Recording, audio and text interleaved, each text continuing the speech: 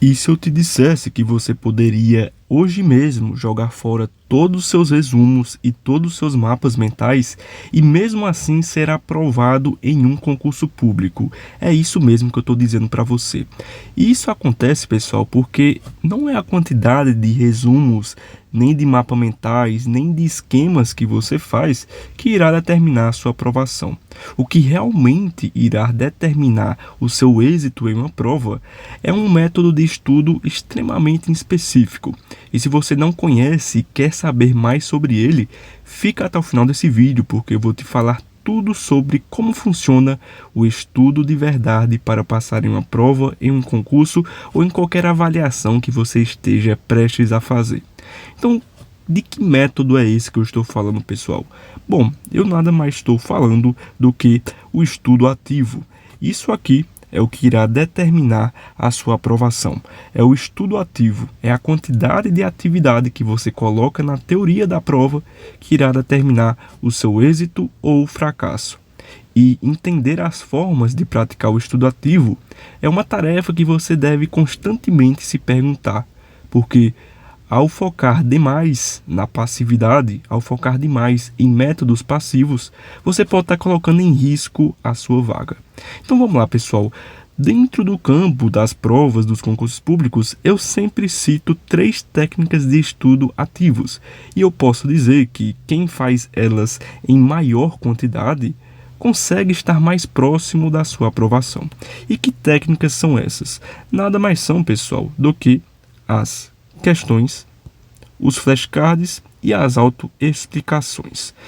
Nada mais são do que as 3 principais técnicas que você pode colocar em prática para realmente dominar um assunto, ter o domínio dele e transferi-lo da memória de curto prazo para a memória de longo prazo. Pode-se dizer que qualquer aprovado que passe em uma prova, que conclua a prova em êxito, nada mais é do que um estudante que pegou todo o conteúdo programático do edital e colocou ele aqui, na memória de longo prazo. Ele conseguiu colocar aquilo numa memória de longo prazo e, consequentemente, chegar na prova e replicar aquilo respondendo às informações que estão implícitas em formato de questões. É basicamente isso. Em formatos de questões. E você deve estar se perguntando, bom, mas por que isso aqui reflete o estudo ativo? Porque, pessoal, estudo ativo, o nome já diz, nada mais é do que você colocar atividade em algo. Bom, como eu falei aqui, não é simplesmente você ler um livro, é você conversar com ele. Não é simplesmente você ficar recebendo aquele monte de teoria passivamente. É você criar, resolver, colocar a mão na massa. Então, tudo que envolve colocar atividade, ou seja, trabalho, mão na massa, é um estudo ativo. Então, quando você resolve uma questão, você está estudando ativamente aquele assunto. Quando você está fazendo um flashcard, você está estudando aquele assunto ativamente. Ou seja, você está se forçando a realmente entender aquilo. Quando você se autoexplica, ou seja, elabora uma aula para si mesmo sobre aquele assunto, você está estudando ativamente aquela teoria. É diferente de você apenas ler, é diferente de você apenas ficar ouvindo uma aula. É diferente de você ficar passando de um caderno para o outro as informações, fazendo seus resumos. Porque isso não envolve atividade. Você não está forçando o seu cérebro, não está gastando ATP. Pelo contrário, você só está fazendo uma atividade manual. Então, teu cérebro, quando não está estudando ativamente, ele vai deixar o conhecimento aqui, na memória de curto prazo.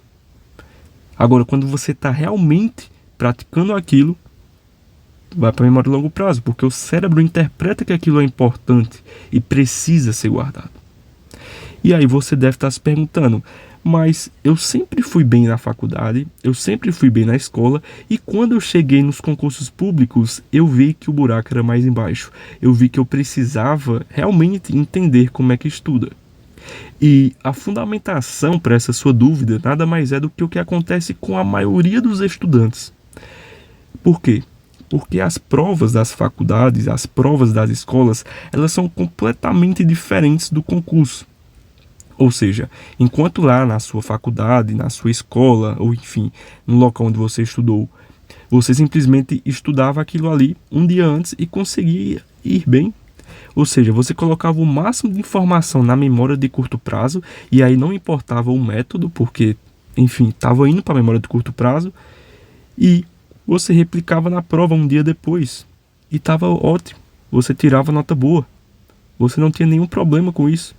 Só que no concurso, você não consegue abarcar todas as informações em 24 horas. Você consegue o quê? Ter, talvez, fracionamentos de informações. Então, para você pegar todas aquelas frações e colocar na sua cabeça, você vai precisar, certamente, de um planejamento. Você vai precisar, com toda certeza, pessoal, pegar aquele conteúdo, aquele edital e fracionar ele e colocar métodos de estudo ativo.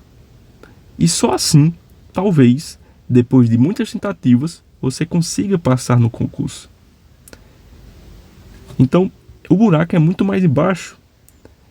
E é entendendo isso aqui, é fazendo isso aqui com todo o conteúdo do seu edital e revisando por meio desses mesmos métodos que você pode conseguir a sua aprovação. Portanto, por que você ainda está se preocupando com mapa mental, com resumo, com cronograma, sendo que o principal, pessoal, é o estudo ativo. O principal é o estudo ativo. Mas, vamos lá, vamos elucidar o que pode estar em dúvida na sua cabeça. E os mapas mentais e os resumos, eles são benéficos ou são maléficos? Porque se você me falou que os estudos ativos, eles são a principal maneira de se passar em um concurso e devem ser a sua maior prioridade, eu não deveria fazer mapas mentais e nem resumos? E pessoal, a resposta é simples. É o famoso depende. E entender isso aqui vai custar muito seu tempo. Vai economizar muito seu tempo. Então, qual é a minha opinião sobre tudo isso aqui? Depende de muitos fatores, pessoal. Depende principalmente da estratégia que você vai utilizar em frente aos mapas mentais e em frente aos resumos. Então, se uma pessoa ela pega e me diz, eu realmente consigo fixar mais o conteúdo quando eu faço um mapa mental sobre ele de maneira breve, ali 15 minutos, e não tem nenhum problema em fazer isso aqui. Se ele vê que está realmente funcionando para ele, tudo bem. Eu não vou criminalizar a prática dele simplesmente por ser um estudo ativo, um estudo passivo, né? Não vou criminalizar. Agora, se ele me diz, eu passo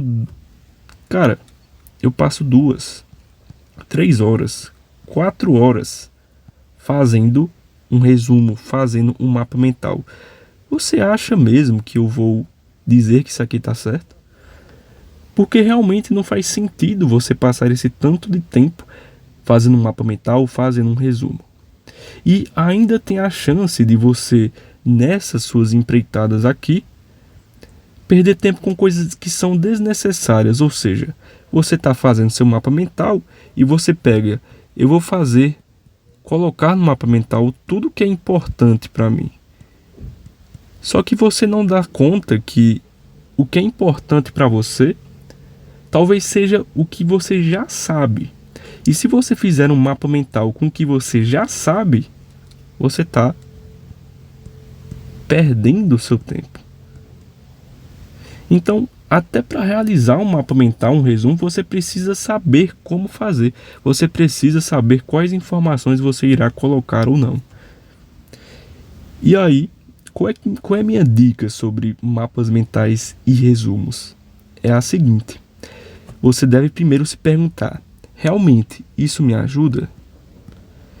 E será que essa ajuda que os mapas mentais e os resumos me trazem são proporcionais ao tempo que eu gasto fazendo eles? Se essa relação aqui ela for saudável, beleza, não vejo problema. E segundo, você deve fazer outra coisa: filtrar as informações que você coloca. nos mapas mentais e nos resumos. Então você deve saber que as informações principais devem ser aquilo que você erra, aquilo que você precisa dominar, ou seja, as suas necessidades, e aquilo que você ainda não sabe. Porque se você colocar uma coisa que você já sabe e acerta nas questões, você provavelmente vai só perder tempo. Então, faça um filtro, não necessariamente nessas 3 necessidades, mas no que você julga ser importante e no que você julga talvez não ser desnecessário. E eu, inclusive, nessa minha tese, falo que talvez, a título de consulta, a título de mecanismo de revisão, você pode pegar um mapa mental ou um resumo já pronto, desde que ele seja feito por uma fonte confiável, e utilizá-lo da mesma maneira que você utiliza seus mapas mentais e seus resumos. Não tem nenhum problema. Com um mecanismo de consulta, tá ótimo, tá ótimo. Mas, veja bem, isso aqui deve ser só um detalhe do seu estudo. Porque, como eu falei, não é a quantidade de mapas mentais, não é a quantidade de resumos que você faz que irá determinar a sua aprovação, nem de longe. E, na pior das hipóteses, você sabe que quando eu tenho o melhor mapa mental e o melhor resumo, eu só vou utilizar eles para consulta. Porque se eu quiser realmente revisar um assunto, eu vou vir para cá, para o estudo ativo. Então veja, são importantes? São. São um mecanismo de consulta que você eventualmente pode ter para relembrar um conceito, responder uma questão, mas ele não é a centralidade do seu estudo. Quer estudar? Quer maximizar seu desempenho? Faz mais questões, faz mais flashcards, faz mais autoexplicações. E certamente você já pode ver que talvez eles não sejam tão importantes quanto você pensa. E esse vídeo vai ficando por aqui, pessoal. Antes de que você comente, tudo que eu falo aqui é minha opinião, tá certo?